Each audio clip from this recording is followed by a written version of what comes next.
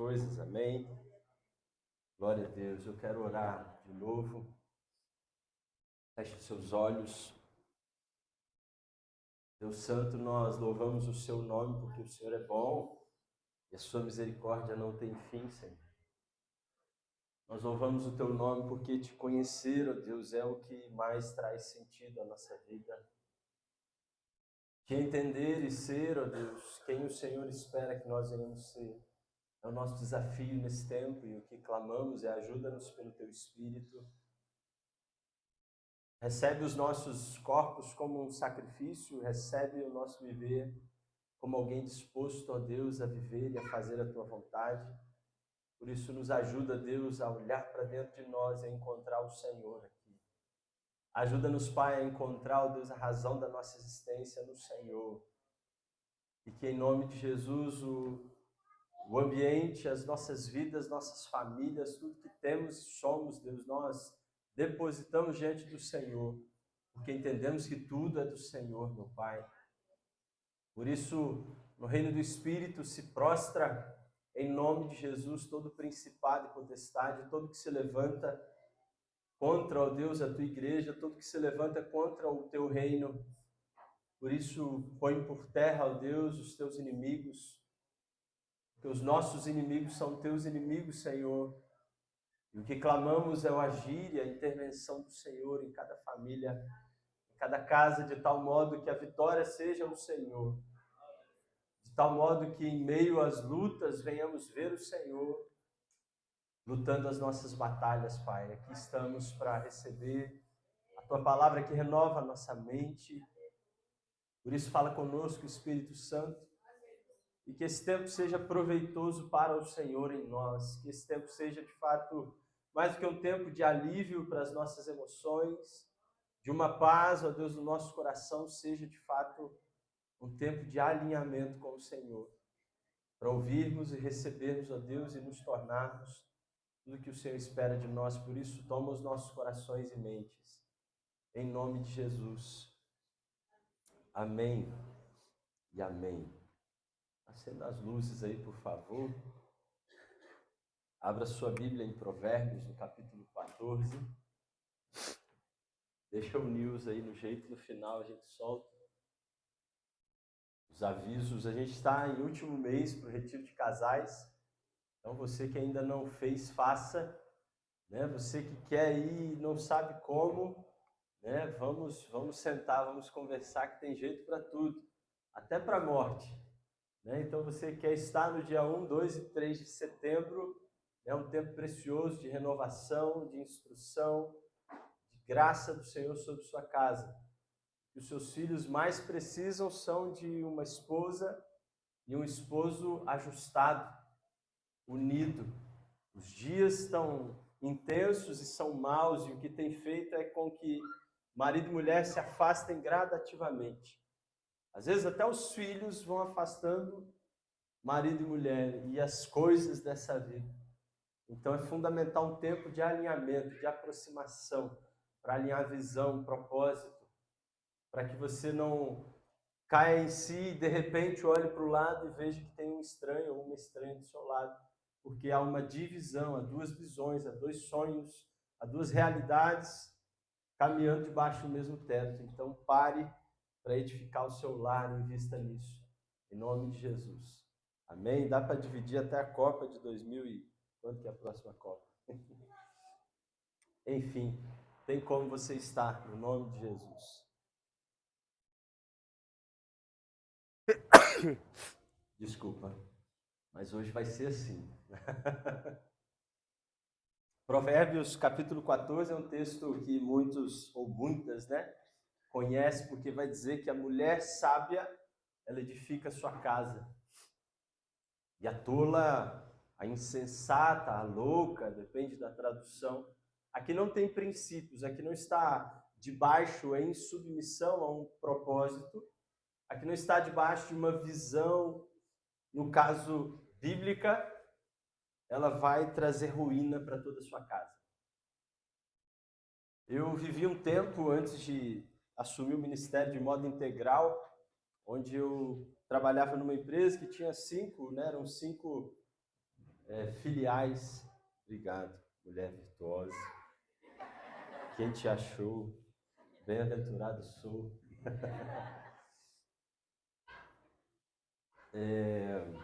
Voltar, né? Mas eu vivi um tempo numa empresa, tinha outras 5 filiais, tinha loja em shopping, eu fazia análise de currículo, contratava, eram muitos funcionários, eram quase 100, né, no total, e gerenciava ali numa dessas filiais a equipe de vendas, mas toda vez que chegava currículo, que vinha do shopping, então, era o pior lugar de recolher currículo, porque vinha aquela pilha de currículos para você fazer uma seleção, e o critério básico e inicial era: vamos achar aqui quem quer só um serviço para ganhar um salário, a gente já joga para a esquerda. E quem quer, para a esquerda e para cá, né? E quem quer trabalho, quem quer vestir a camisa, o currículo dele revela isso.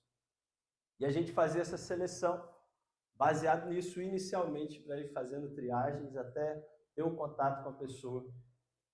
Mas o ponto é que toda vez que a gente contratava alguém que tinha algum amigo do dono da empresa que falava: não, coloca meu filho, que ele precisa de um serviço, ele precisa se ocupar, era trabalho em dobro, era desgaste, tinha que formar e habilitar tudo, enfim. Não servia ao propósito da empresa, no fim era isso. E então logo ele saía, ou a empresa tinha que demitir porque não se enquadrava, não era uma pessoa entregue àquele propósito.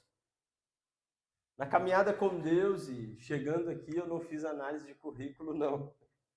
Mas na medida que a gente vai caminhando, a gente vai observando aqueles que estão de fato trabalhando e aqueles que estão em busca de um serviço. Aqueles que estão alinhados com o propósito de Deus são os trabalhadores. E o Senhor diz na seara: chame os trabalhadores. Chame aqueles que estão comprometidos com o propósito de ganhar, de colher, de alcançar vidas. Porque no meio de vocês vão ter serviços e servos. E os servos são aqueles que estão em busca de fazer algo para comer algo, para se suprir em alguma necessidade, para alcançar algum favor. E acredite, na igreja está cheio de pessoas que estão em busca de algo, como o filho pródigo revela em Lucas 15, ele procurava então um serviço, ele procurava então: me aceita como um escravo, porque sendo seu escravo, pai, eu vou comer algo melhor do que o resto, do que os porcos estão comendo de onde eu vim, na minha vida, nos erros da minha vida. E nós encontramos na palavra de Deus um chamado ao amadurecimento, ao desenvolvimento como filhos de Deus, como pessoas que estão comprometidas com o propósito de Deus, que são os trabalhadores. É onde a Bíblia vai dizer, Jesus diz que eu chamei, eu escolhi vocês para serem meus, para estarem comigo, para vestir a minha camisa, vamos dizer assim, para estar dentro do meu propósito, do meu plano, para assumir o meu espírito. E recebendo o meu espírito, vocês vão se tornar como eu sou. Vocês vão ser quem eu estou sendo. Vocês vão viver à medida que eu vivi. Onde a palavra chega a dizer que nós somos desafiados a participar dos sofrimentos de Cristo, para também participar da sua glória, da glória eterna. Nós somos desafiados a carregar as marcas de Cristo em nós. E as marcas de Cristo vão vir na medida em que nós assumimos o nosso propósito. Nós somos uma igreja hoje em conversão. Nós estamos nos convertendo a fundamentos eternos, porque até então nós estávamos sendo separados, nós estávamos sendo ajuntados. E na medida que a gente vai se ajuntando para fazer algo, para servir em alguma área, muitas vezes nós estamos fazendo de modo automático, sem um propósito, e por isso não há fruto. A pergunta que mais nos constrange é: quantas almas, quantos discípulos você fez de Cristo? Lá, quando eu procurava no currículo, eu procurava um trabalhador, porque o trabalhador ia fazer a empresa crescer. E quem é o trabalhador que tem ali no seu currículo informações que vão revelar que ele é alguém que está habilitado, capacitado, alguém que está maduro. Vamos contratar um vendedor, é alguém que tem uma experiência em vendas. E quando ele tem experiência em vendas, ele tem um tempo trabalhando naquele local. Porque você não mantém alguém na área de vendas por muito tempo, sendo que ele é um fiasco em vendas. Certo? Então, o vendedor que tinha lá 3 meses numa loja, 2 meses em uma, 1 mês na outra, aquele a gente já separava porque era um servo, era alguém que estava procurando só um salário. Agora, o vendedor, ele era alguém que tinha tempo de casa nessa área em outras empresas e estava ali sendo selecionado. Deus tem algo e um lugar para eu e você alcançarmos.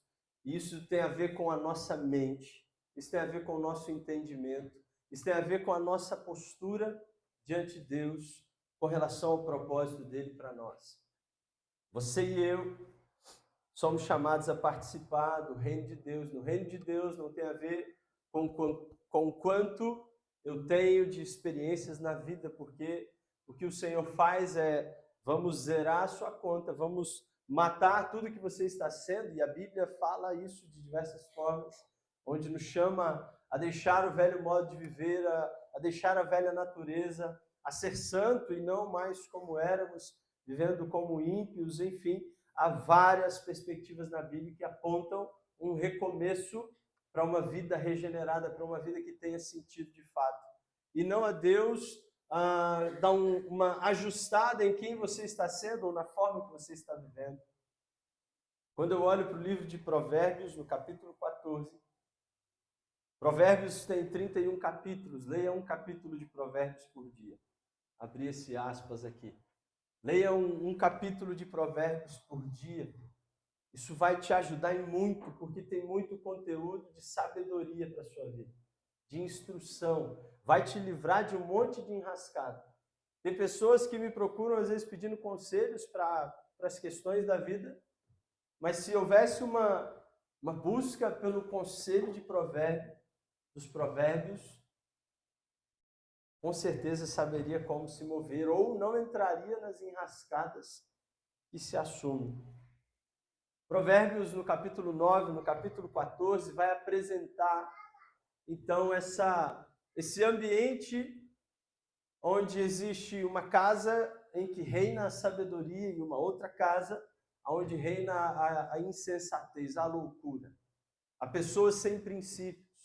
Quando nós olhamos para Provérbios, há uma narrativa dizendo que numa casa onde se adquire, onde se compra, onde quem busca, onde há investimento, na intenção de captar para si, de ser e se tornar uma pessoa sábia, ali há uma consequência. Mas na casa do tolo, naquele que entra num lugar de insensatez, há uma outra consequência. E toda a narrativa, até lá no capítulo 19, vai girar em torno disso. De 2 ambientes, de 2 casas. Uma onde reina a sabedoria e tem as suas consequências, e do outro, onde reina a insensatez. Nós aprendemos a ouvir aqui que a mulher sábia edifica a sua casa, mas com as próprias mãos a insensata derruba a sua. E jogamos isso para os ombros das mulheres e faz: tem que ser sábia. E o homem senta no sofá e assiste o Flamengo dar show. Se você não é flamenguista, comece a se converter aqui. Fala, Deus. A sabedoria, ela é uma dádiva de Deus para nós, é um privilégio para quem se relaciona com Deus.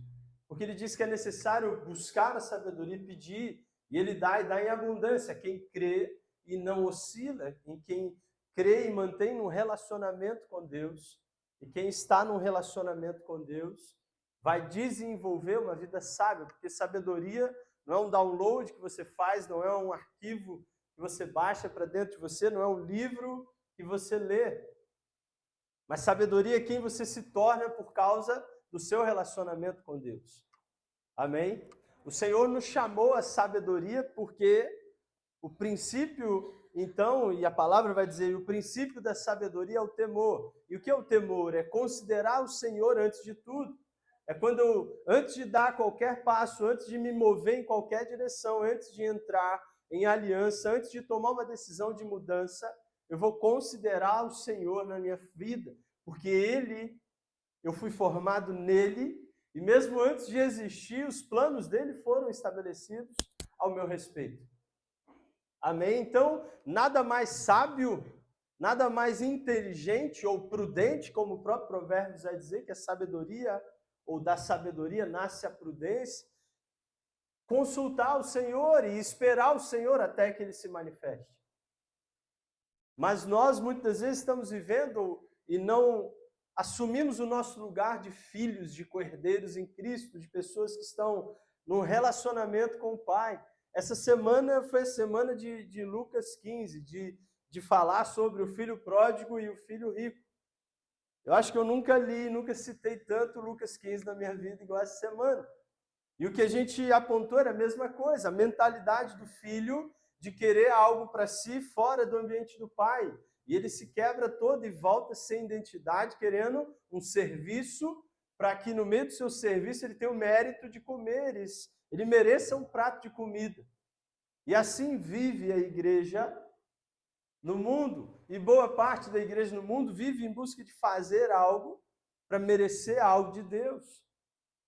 E tem um irmão mais velho que denuncia o filho pródigo, ele saiu, se prostituiu, gastou o dinheiro todo, e aí ele chega, você dá uma festa, e eu estou aqui. Você nunca matou nenhum animalzinho desse para fazer um churrasco para mim. E o pai fala, mas como assim? Que limitação de pensamento é essa? É esse que você cuida de tudo, você tem acesso a tudo, por que você não desfrutou?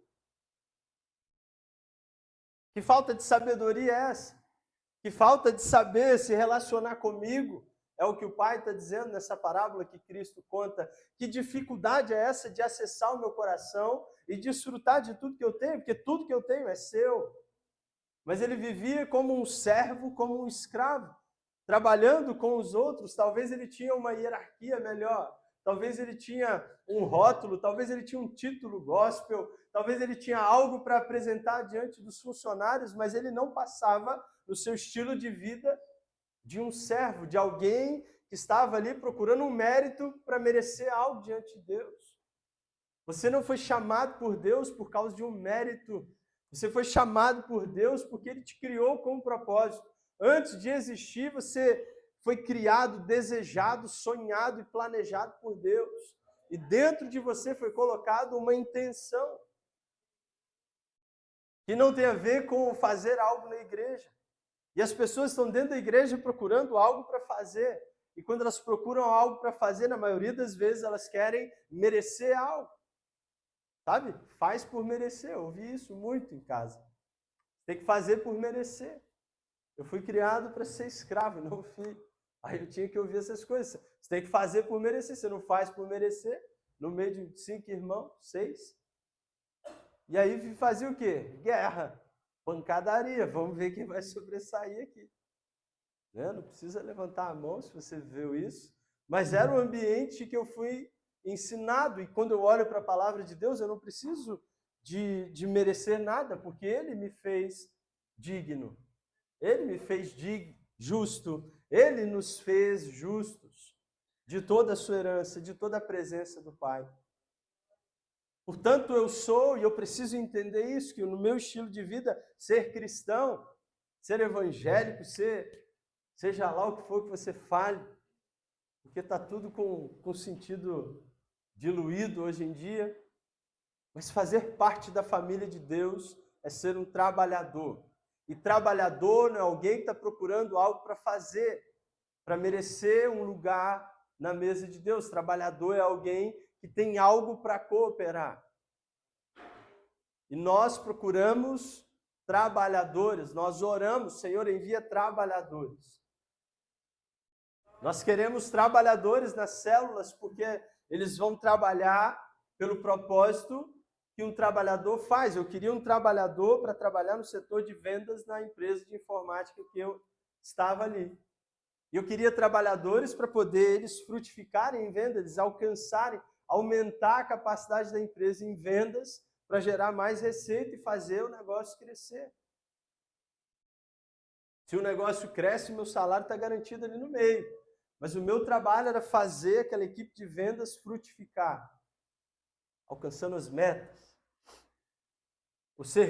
Tinha alguns servos, eram os que chegavam atrasados e queriam sair antes. Os que a hora de almoço deles era desregulado, era sempre mais do que era permitido. Eles eram servos, eles só queriam um salário mínimo no final. E na igreja tem um monte de gente que vive assim, elas só querem ir para o céu. Então eu vou continuar aqui no meio para eu merecer ir para o céu, vou continuar vindo domingo. Pastor, me deixa quietinho, Deus não falou comigo. Eu falei, essa hora o sangue do pastor, né, dá vontade de acionar o cajado. Me deixa quietinho. Não deixo quietinho, não. Você não veio aqui para ficar quieto? Você veio aqui para ser desfeito, transformado, regenerado a partir de Cristo Jesus. Há um alvo para nós alcançarmos e um fruto para ser apresentado. Vocês não me escolheram, Jesus diz, eu tenho dito isso insistentemente. Não foram vocês que escolheram a Cristo, Ele os escolheu para que vocês venham frutificar. Para que vocês venham apresentar um fruto. Pastor, então é o meu dízimo. Então já teve o momento do dízimo, já apresentei meu fruto, agora eu vou viver minha semana em paz. Amém? Está na dúvida, né? Misericórdia, crente. Você não é um envelope de dízimo. Deus não olha para o céu e vê você como trabalhador gerando dízimo, receita do reino de Deus, que é como se fala. Você é alguém que tem a capacidade de gerar fruto, e o fruto que você gera é segundo a árvore que você é. Se você é um filho de Deus, você vai gerar filhos de Deus. Se você é um discípulo de Cristo, você vai gerar discípulos de Cristo. Você foi chamado para trabalhar, e o seu trabalho não é gerar um som, uma pregação de domingo, não é gerar uma organização religiosa onde as pessoas vão se sentir bem ao domingo. Mas você foi chamado a ser uma pessoa de bem porque você tem um relacionamento com aquele que é bom.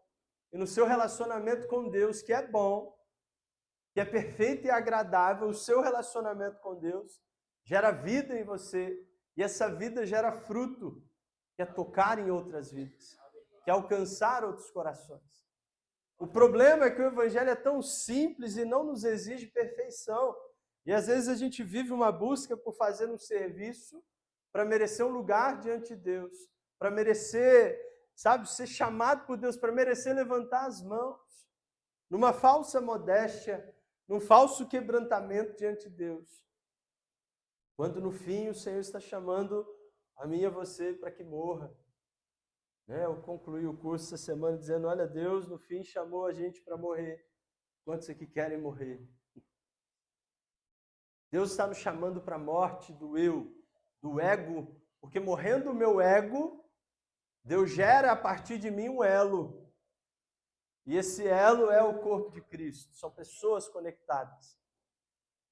Pastor, a igreja precisa de comunhão, então você precisa do Espírito Santo. As pessoas pararam de reclamar comigo de comunhão, né? Tem que parar de pregar isso domingo.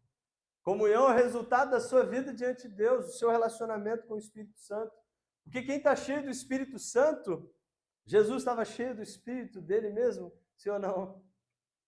Sim, estava cheio do Espírito. Ele foi lá batizado, o Espírito veio. O Pai falou, esse é o meu Filho amado, em quem me comprazo, me alegro. E Jesus, cheio do Espírito, ele tinha comunhão com prostitutas, com órfãos, com pecadores. Ele tinha comunhão com os mestres da lei. Nicodemos ficou lá ouvindo Jesus. Ele tinha comunhão com todo mundo. Mas a luz, ela gera incômodo. E também tinham aqueles que queriam matá-lo. Por quê? Porque ele veio com esse propósito. As trevas queriam destruir o plano de Deus. E não é diferente com você. Há um desejo de morte por quem você é. Há uma voz que declara para que você morra, que insiste pelo seu fim. Porque havendo o seu fim, você deixa de ser um trabalhador no reino de Deus para gerar frutos que geram honra e glória ao Senhor. Frutos que vão viver eternamente na presença de Deus. Eu não estou dizendo aqui que você não deve cuidar da sua vida e se tornar uma pessoa santa, mas santidade é isso, é quando você traz morte para o eu, para o ego, para se tornar um com o seu irmão. Para você viver o mandamento de amar ao próximo como a você mesmo. Porque amar o próximo não é vir no domingo à noite e dar um abraço no seu irmão. Mas amar ao próximo é trabalhar na vida do outro, para que ele seja melhor que você, para que ele seja honrado, para que ele seja abençoado, para que ele seja sarado. Isso traduz o Evangelho de Cristo na sua vida?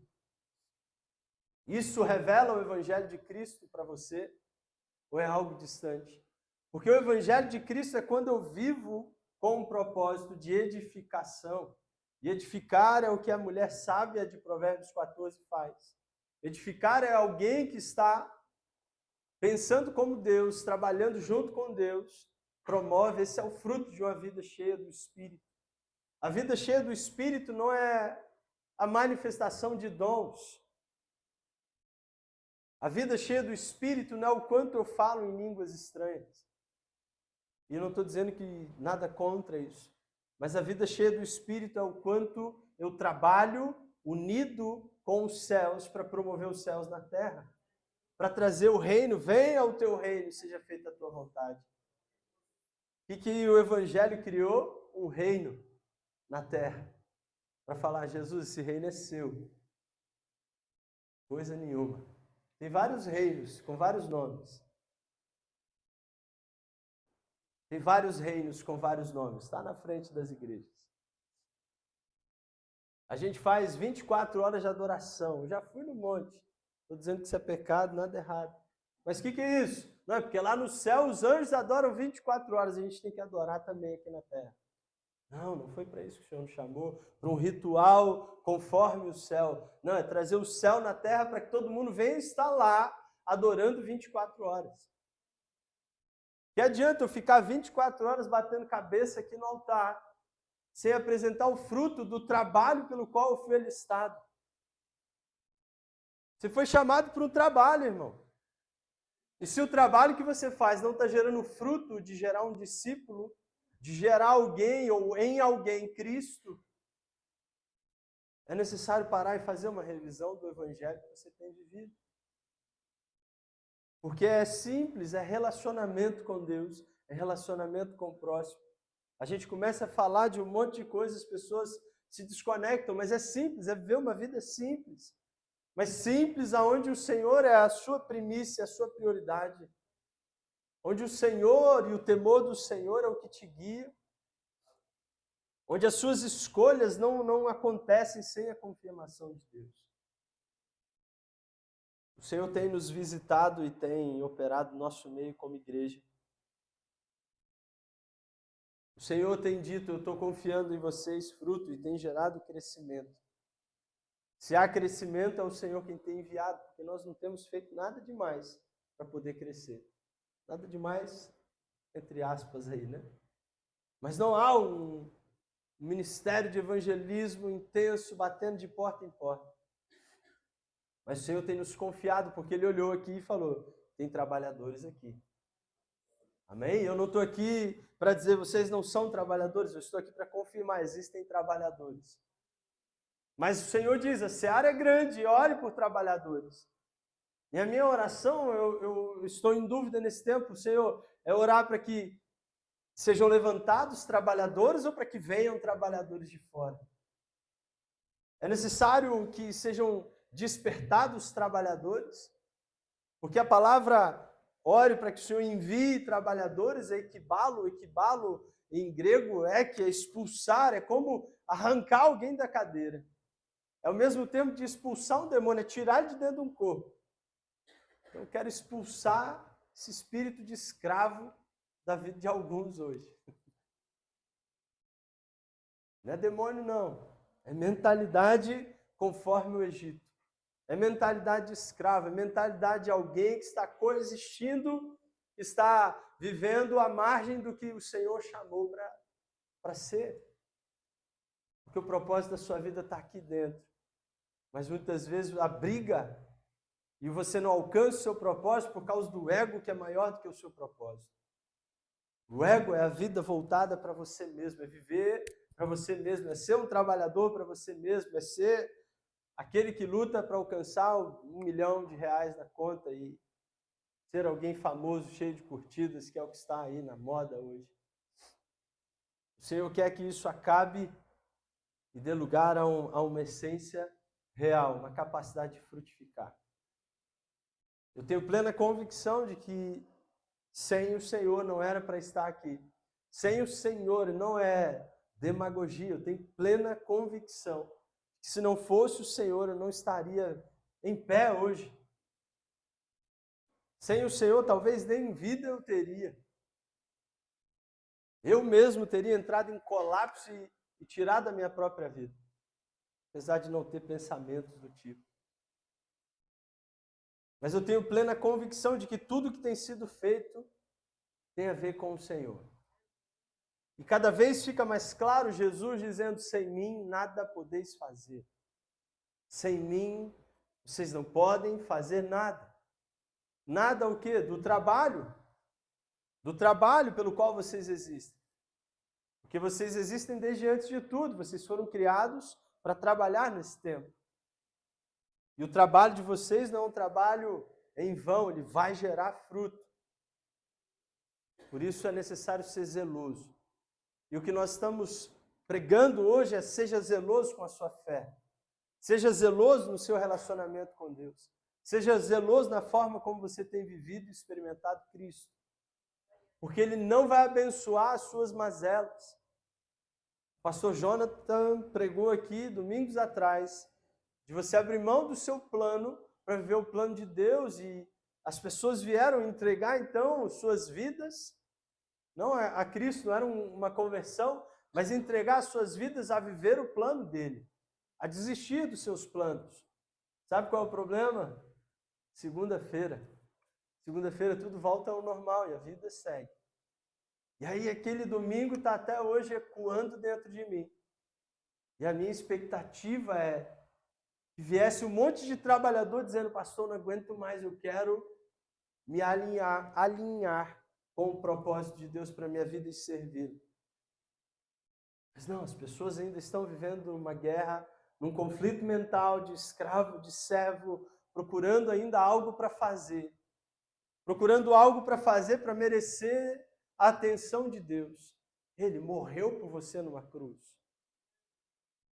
Ele foi no extremo, ele foi para zerar a conta, para regenerar tudo. Não para restituir.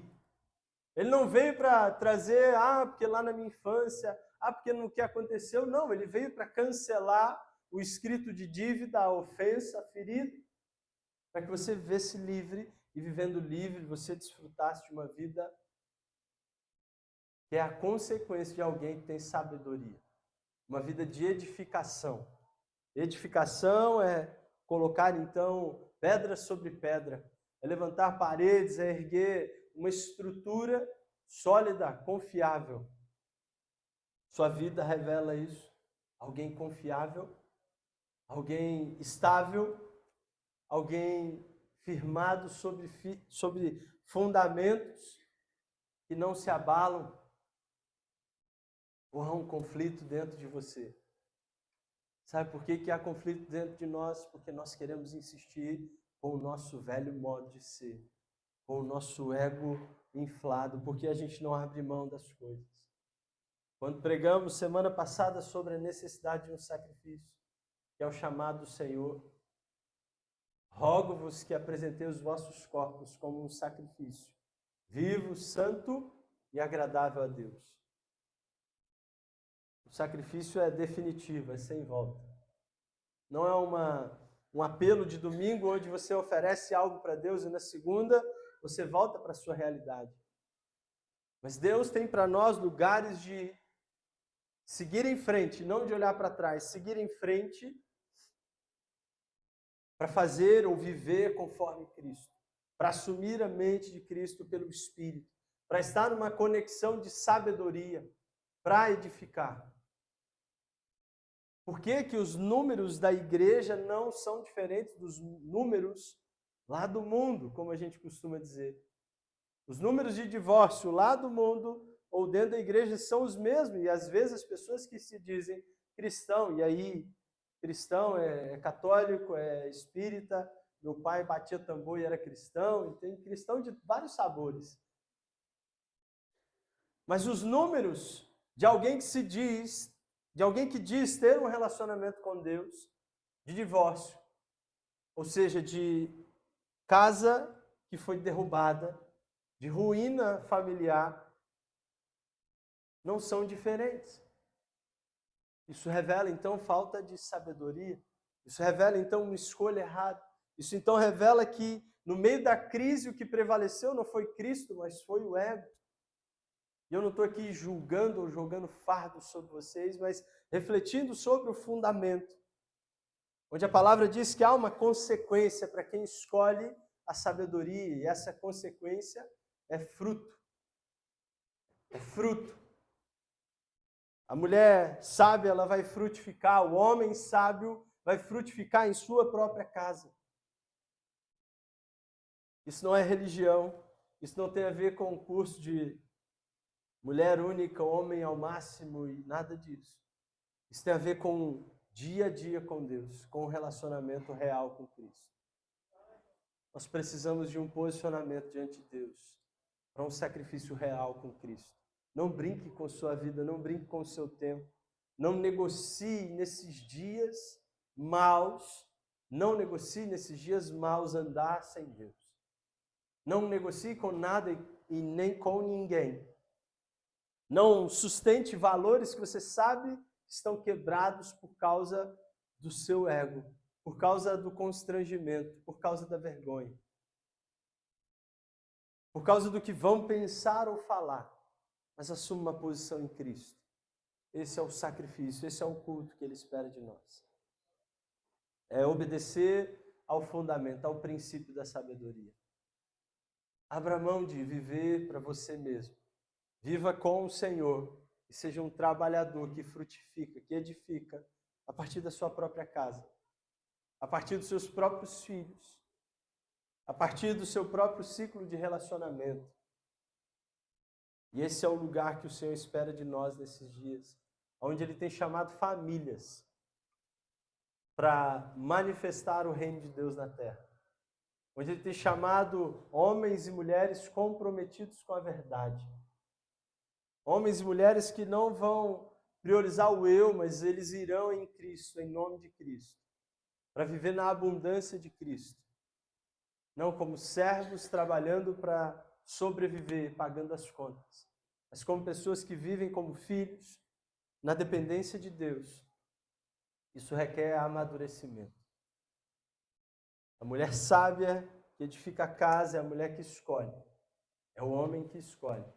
É a igreja que escolhe andar em sabedoria. Falo com toda a paz no meu coração, números, igreja grande nunca foi o desejo do meu coração, porque eu vim de uma igreja grande. Eu vi o que é uma igreja grande dos seus bastidores. Eu vi que números não contabilizavam, os números da terra não batiam com os números do céu. Porque as pessoas sustentavam uma aparência que não fechava a conta. Portanto, nós não queremos um fardo de evangelho difícil de carregar. Nós queremos o jugo suave, o fardo leve que Cristo nos oferece. O evangelho livre de culpa, de peso, de medo. O evangelho livre de pressão, mas uma disposição real que vem do Espírito Santo de morrer para você mesmo, para testemunhar Cristo nos seus dias a dia. Amém? Romanos 12:2 é o que nós pregamos semana passada. Romanos 12:3 até o capítulo 21. Ele fala o que é o modo sábio de viver, ou como eu me relaciono com o meu próximo, como eu vivo com as pessoas que estão à minha volta.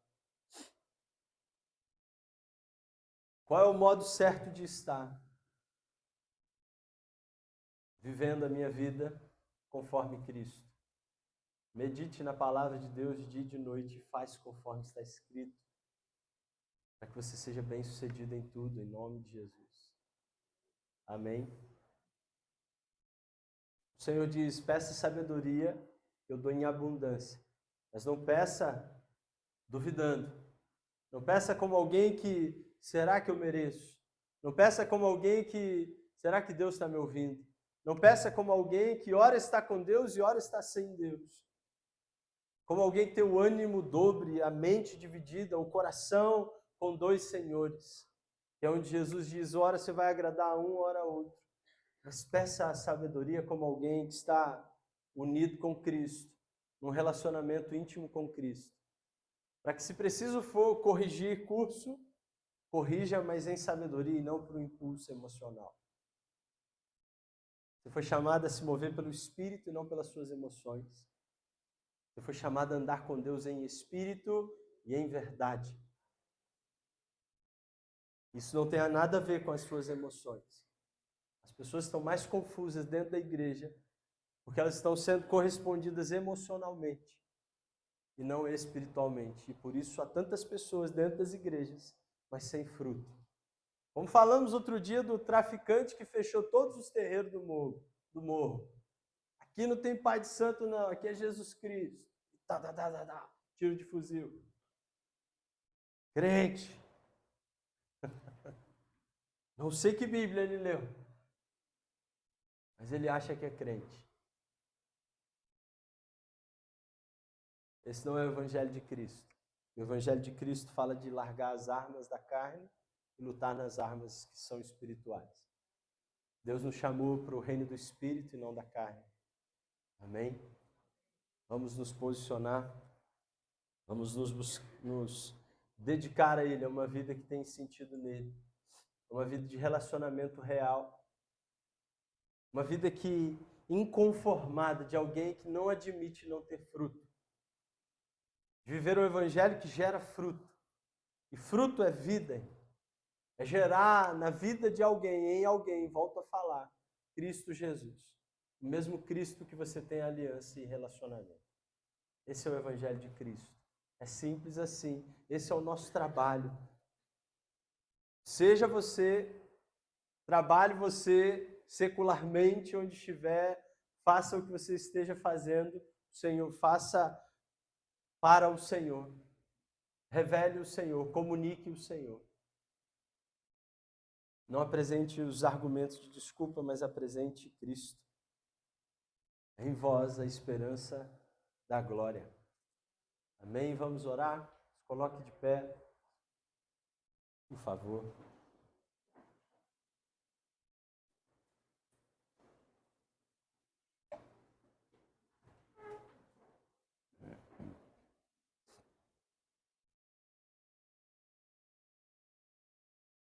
Não viva uma vida onde você faz algo e vive nesse ciclo de escravidão, de fazer algo por merecer, porque há muita ingratidão no mundo e a tendência é que você esteja frustrado por causa da expectativa que você alimentou nos outros, por causa de uma performance, por causa de uma aparência que não se sustenta. Isso é escravidão. A vida livre é quando você é autêntico e em verdade você se relaciona em espírito com Deus. E no relacionamento em espírito com Deus, você comunica através de um relacionamento íntimo, adoração. Você comunica a vida, você comunica propósito, você toca outras vidas. O Senhor nos chama a um tempo de entrega. É tempo de entrega. É tempo de entrega. Isso está ecoando dentro do meu coração faz algumas semanas. É tempo de desistir do eu, da vida segundo o eu, dos planos do meu ego, dos planos da minha carne. Eu preciso considerar Cristo sobretudo, porque eu tenho estado fadigado, estressado e cansado. A ansiedade está me dominando e eu estou sendo guiado pelas minhas emoções, porque eu vivo para mim mesmo e não vivo pelo Espírito. Não adianta você ter tanta leitura bíblica Você ter tantos livros e cursos e tantas coisas, sem um viver que revela de fato uma vida simples e autêntica em Cristo, uma vida livre. Independente de onde você está, o Senhor espera de você nesse tempo, nesses dias, no seu domingo, na sua segunda, durante a semana, uma entrega verdadeira, uma desistência da vida segundo o seu ego, para viver pelo Espírito, em nome de Jesus.